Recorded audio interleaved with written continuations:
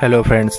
कारगिल वार की स्टोरी देश के लोगों को सीमा पर लड़ रहे वीर शहीदों की गाथा सुनाती है। कारगिल का युद्ध भारत के इतिहास में सबसे महत्वपूर्ण युद्ध में से एक है। इस युद्ध को भारत ने बड़ी शान से जीता था। हालांकि इस जीत के लिए कई जवान शहीद हुए थे। इस वीडियो में आप जानेंगे कि किस तरह कारगिल का युद्ध आरंभ हुआ और किस तरह हमारे देश के भारतीय जवानों ने कारगिल के पहाड़ों पर चढ़कर पाकिस्तान को हराया। जम्मू कश्मीर के ऊंचाई वाले इलाकों में हर साल भारी बर्फबारी होती है, जिसके कारण पाकिस्तान और भारतीय दोनों सेनाएं अपनी पोस्ट छोड़कर निचले स्थानों में रहने के लिए आ जाती हैं।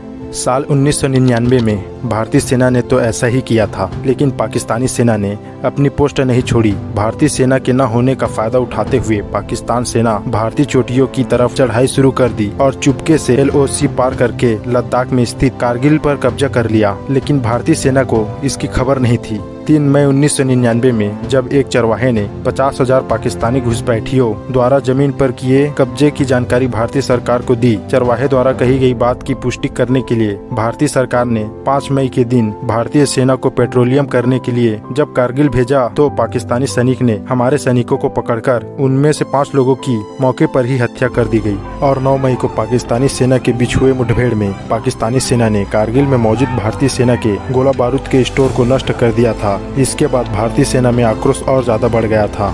पाकिस्तान कश्मीर और लद्दाख को जोड़ने वाली एकमात्र सड़क द्रास को अपने कब्जे में लेना चाहता था। साथ ही सियाचिन ग्लेशियर से भारतीय सेना को भी हटा देना उसका मकसद था। इस मिशन को ऑपरेशन बद्र नाम दिया गया था। लेकिन भारत का ऑपरेशन विजय पाकिस्तान के ऑपरेशन पर भारी पड़ा। यह मामला इंटरनेशनल लेवल पर गया, जिसमें विभिन्न देशों ने भारत का समर्थन किया। कारगिल के इस जंग में द बैटल ऑफ तोलालिंग को जंग का टर्निंग पॉइंट माना जाता है। तोलालिंग श्रीनगर लेह राजमार्ग की एक प्रमुख कड़ी थी, जिस पर कब्जा किए बिना दुश्मन को पीछे धकेलना आसान नहीं था। 16,000 फीट की ऊंचाई और -5 डिग्री की ठंड को मात देने के लिए 18 ग्रेनेडियर्स ने अपने कदम बढ़ा दिए। वैसे तो हमारे इंडियन आर्मी के लिए एक बड़ी कहावत है, when the going gets tough the tough gets going.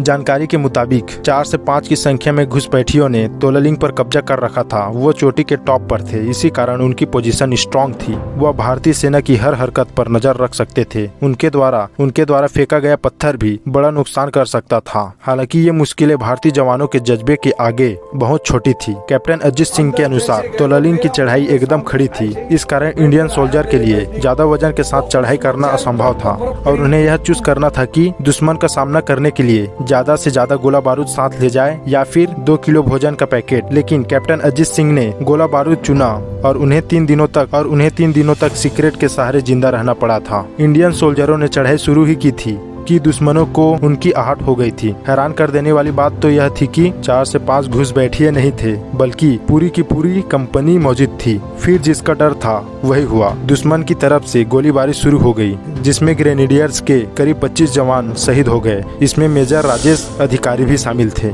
इस मुश्किल वक्त में कुशल ठाकुर ने मोर्चा संभाला। यूनिट के दूसरे सीनियर अधिकारी लेफ्टिनेंट कर्नल विश्वनाथन भी उनके साथ शामिल हुए और पूरी प्लानिंग के साथ 2 और 3 जून को फिर से दुश्मनों पर हमला बोला, मगर सफलता नहीं मिली। हमारा बड़ा नुकसान भी हुआ। फिर 2 राजपूताना राइफल को आगे किया गया। मेजर विवेक गुप्ता इसे लीड कर रहे थे। वह करीब 90 जवानों के साथ अंतिम हमले के लिए आगे बढ़े। यह पलटन पॉइंट 4,950 को अपने कब्जे में लेने के लिए आखिरी चरण में थी। इसी बीच 12 जून को दुश्मनों ने गोलीबारी तेज कर दी। यह देखकर हवलदार यशवीर सिंह ने ग्रेनेड के साथ पाकिस्तान के बंकरों पर टूट पड़े और उन्हें तबाह कर दिया।